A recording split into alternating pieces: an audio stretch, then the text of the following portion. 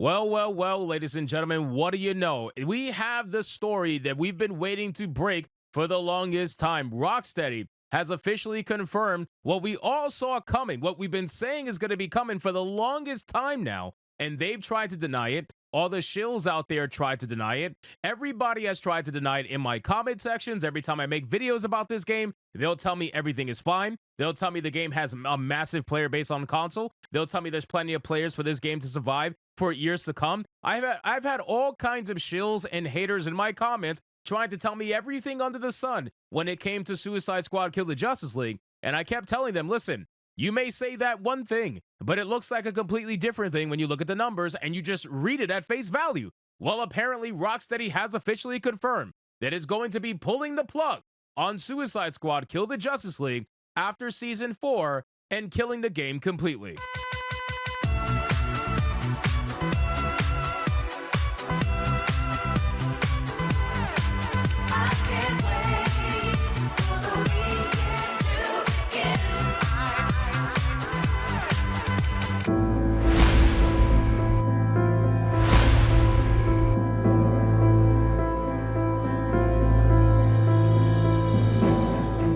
Yes, ladies and gentlemen, I saw this headline from IGN and then I ended up making a tweet officially announcing that Suicide Squad is in fact dead and making fun of all the shills who were trying to be in my comment section, who were trying to be on my Twitter and calling me a hater and calling me a grifter and calling me a liar and calling me all these things and saying that the game is perfectly fine and I'm just trying to garner rage bait, blah, blah, blah. Well, look at what toxic positivity got you. Look at what all that fake positivity got you. Not acknowledging that the game is actually messed up in every capacity. Not acknowledging that it had a terrible launch. Not acknowledging any of these things and just being a good old boy and a good old shill and spending money on this game that everybody knew was going to die. It was only a matter of time. It was going to happen sooner rather than later within the year. That's what we said initially. And look at you now. Look at you now. Season 4 releasing and the game is going to be dead afterwards. So let's get into this video, guys. But of course, before we do, if you are new here, just consider hitting that subscribe button. I will greatly appreciate it and like the video to push us out into that YouTube algorithm. So again, guys, we got an article from Phantom Pulse with a headline that reads, Warner Brothers finally kills off Suicide Squad Kill the Justice League after taking out over $200 million plus in an impairment charge. Yes, this game had lost Warner Brothers over $200 million. And all of these shills out there who were not actually sacrificing their own money were trying to pretend like that's somehow okay. They were trying to pretend as if the game was fine, that everything was fine, nothing was wrong, everything is good. And they're acting like this because they either benefit from the toxic positivity or they didn't want to be that guy to admit that, hey, maybe you made a mistake buying this game, right? There are people out there that buy games like this and they hear the negative backlash around the game, but at the end of the day, they want to buy it for whatever reason, and that's perfectly fine. But then they end up getting to a point where after playing the game, they realize that, oh, wow, the angry mob is actually right about this game, but I can't sit there and admit that they're right about this game. So now I got to sit here and double down and shill for the game until the game's eventual death, which is going to come sooner rather than later. But anyway, in a blog post providing details about the game's fourth season, Rocksteady announced, with Deathstroke joining the roster, the Suicide Squad's crusade against Brainiac is drawing to an end. Season 4 will finish up with Episode 8, which is scheduled to release in January of 2025, and that will serve as a last seasonal episode for Suicide Squad Kill the Justice League. That's a great way to, that's a nice way of saying your game is dead. You know what I mean? That's a nice way of saying we're sunsetting the game. While Season 4, Episode 8 will mark the final battle against Brainiac, all online features will continue to be available, so you'll still be able to enjoy co-op with friends, as well as all previous seasonal episodic content. You'll also have the option to play the game via the new offline mode, which allows access to the main story campaign and all the post-launch seasonal gameplay content without an internet connection the company added. The game's cancellation is no surprise. The game only achieved an all-time peak of concurrent player counts of just 13,459 players when it released at the beginning of February. The game's players quickly abandoned the game, with the game having 24-hour peak of less than 200 players throughout the month of November. Okay, so again, this game has been absolutely cooked for the longest time. We've known this. I mean, how many videos have we made about Suicide Squad Kill the Justice League? I mean, we've made so many videos trying to explain to gamers that this is not a good investment of your time. This game is going to die. The game did not respect gamers in the beginning. It did not respect people who beloved the Arkham franchise.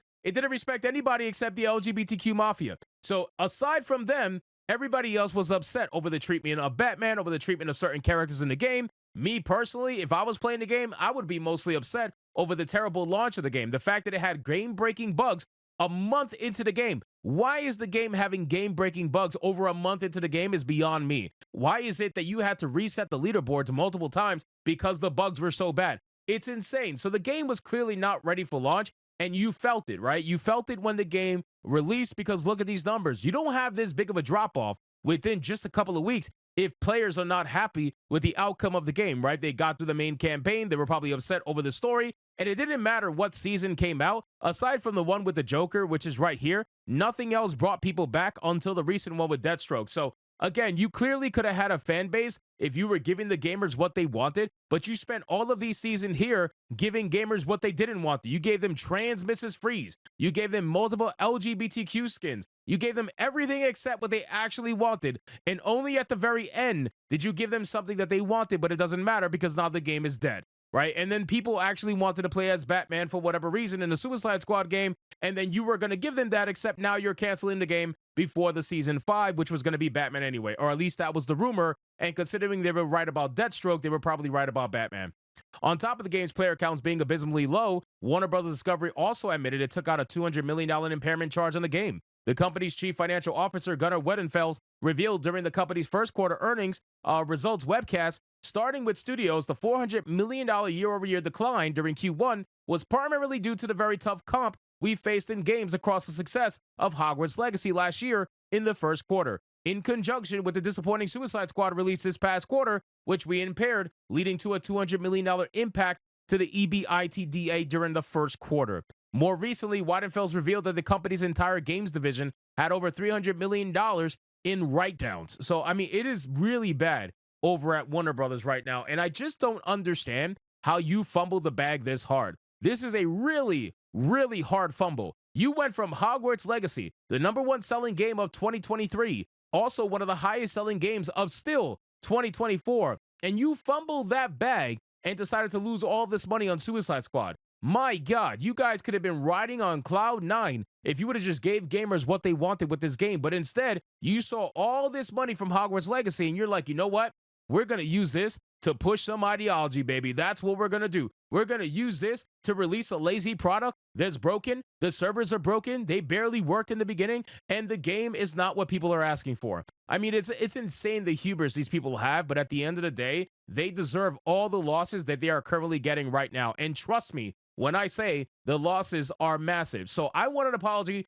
Not really. It's not really going to happen. I don't care. But I want an apology from all the shills out there that were in my comments calling me a liar, grifter, and everything, and saying, I don't know what I'm talking about, because here we go again for the 4th or 5th time now, a game that I said was going to die pretty damn soon, and then it dies, and then you guys are nowhere to be found. So anyway, guys, thank you so much for watching this video.